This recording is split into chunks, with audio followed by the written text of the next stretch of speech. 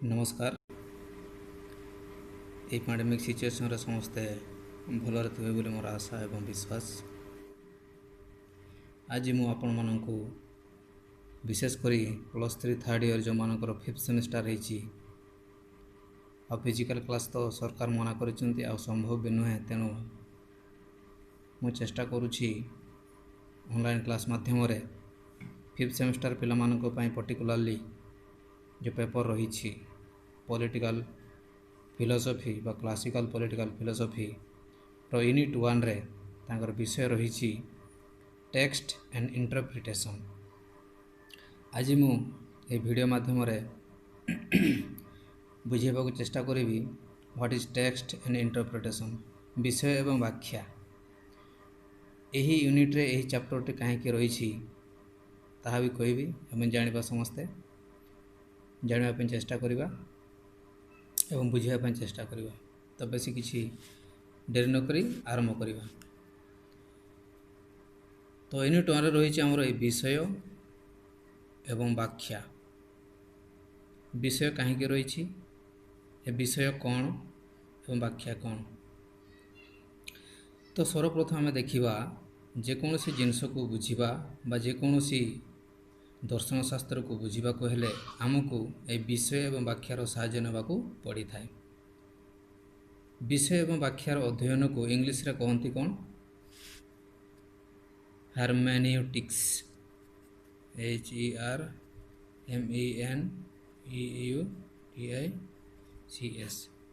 विषय एवं व्याख्यार अध्ययन को हार्मेन्यूटिक्स कहा जाए।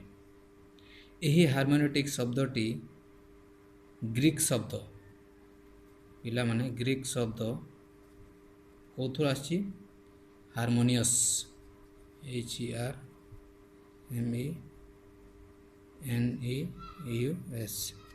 ए ग्रीक शब्द रो आसी हार्मोनियस शब्दटी जार अर्थ होउछि अनुवाद व व्याख्या। जार अर्थ होउछि अनुवाद व व्याख्या।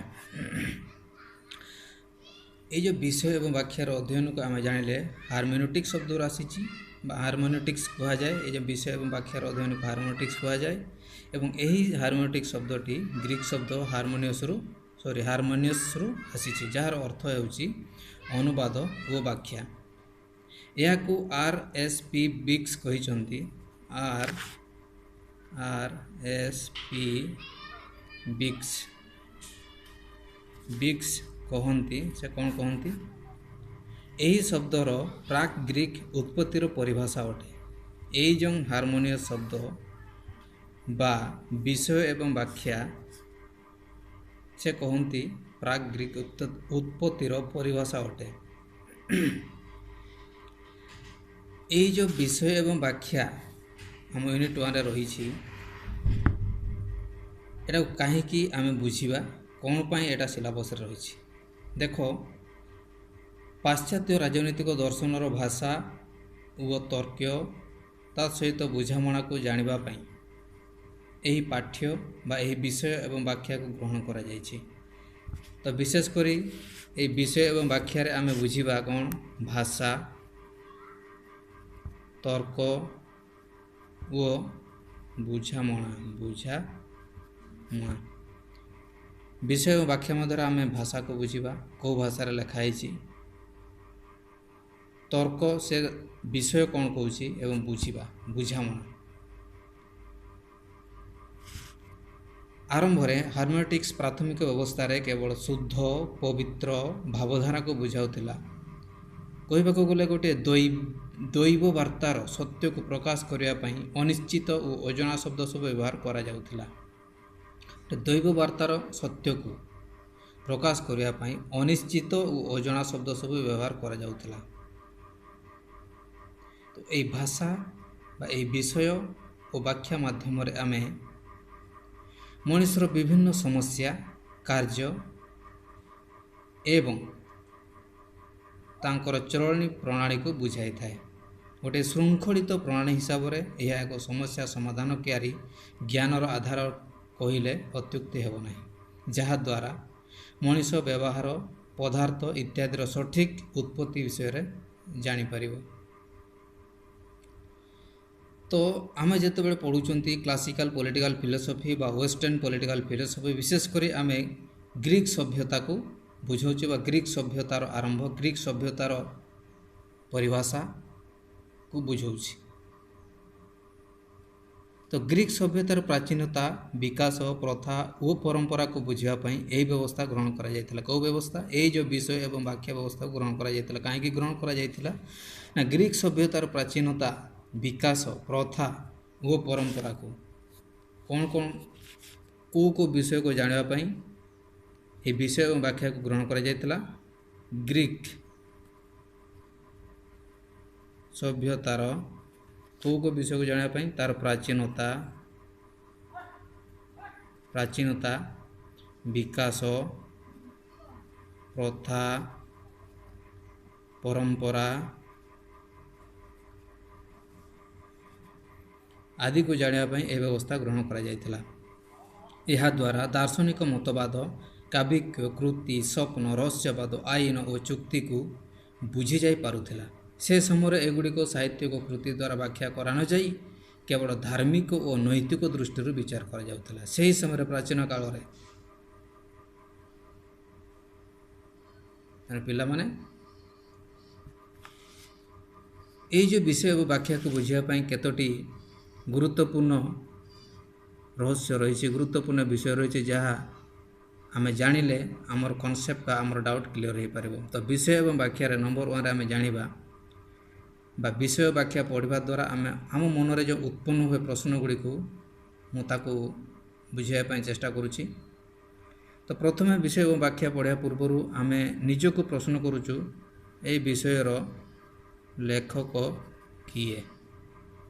2 रे आसीबो पुस्तक विषय वस्तु कौन। आम जो पुस्तक पढ़ुंट बा बही पढ़ुंट पुस्तकर विषय वस्तु कौन विषय वस्तु कौन। 3 रे आम जानिबा यह कहीं लेखा जाए।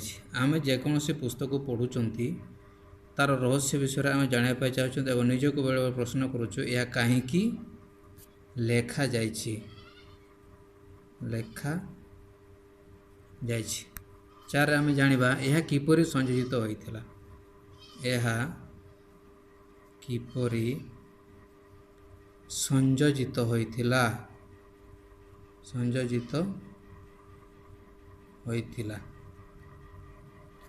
5 रे आम जानिबा यही सब प्रश्न निज मनर उंकी मारे एवं जेकोसी विषय एवं वस्तु को बुझावाई एवं पढ़ला बेले निज मनर यह सब प्रश्न उंकी मारे।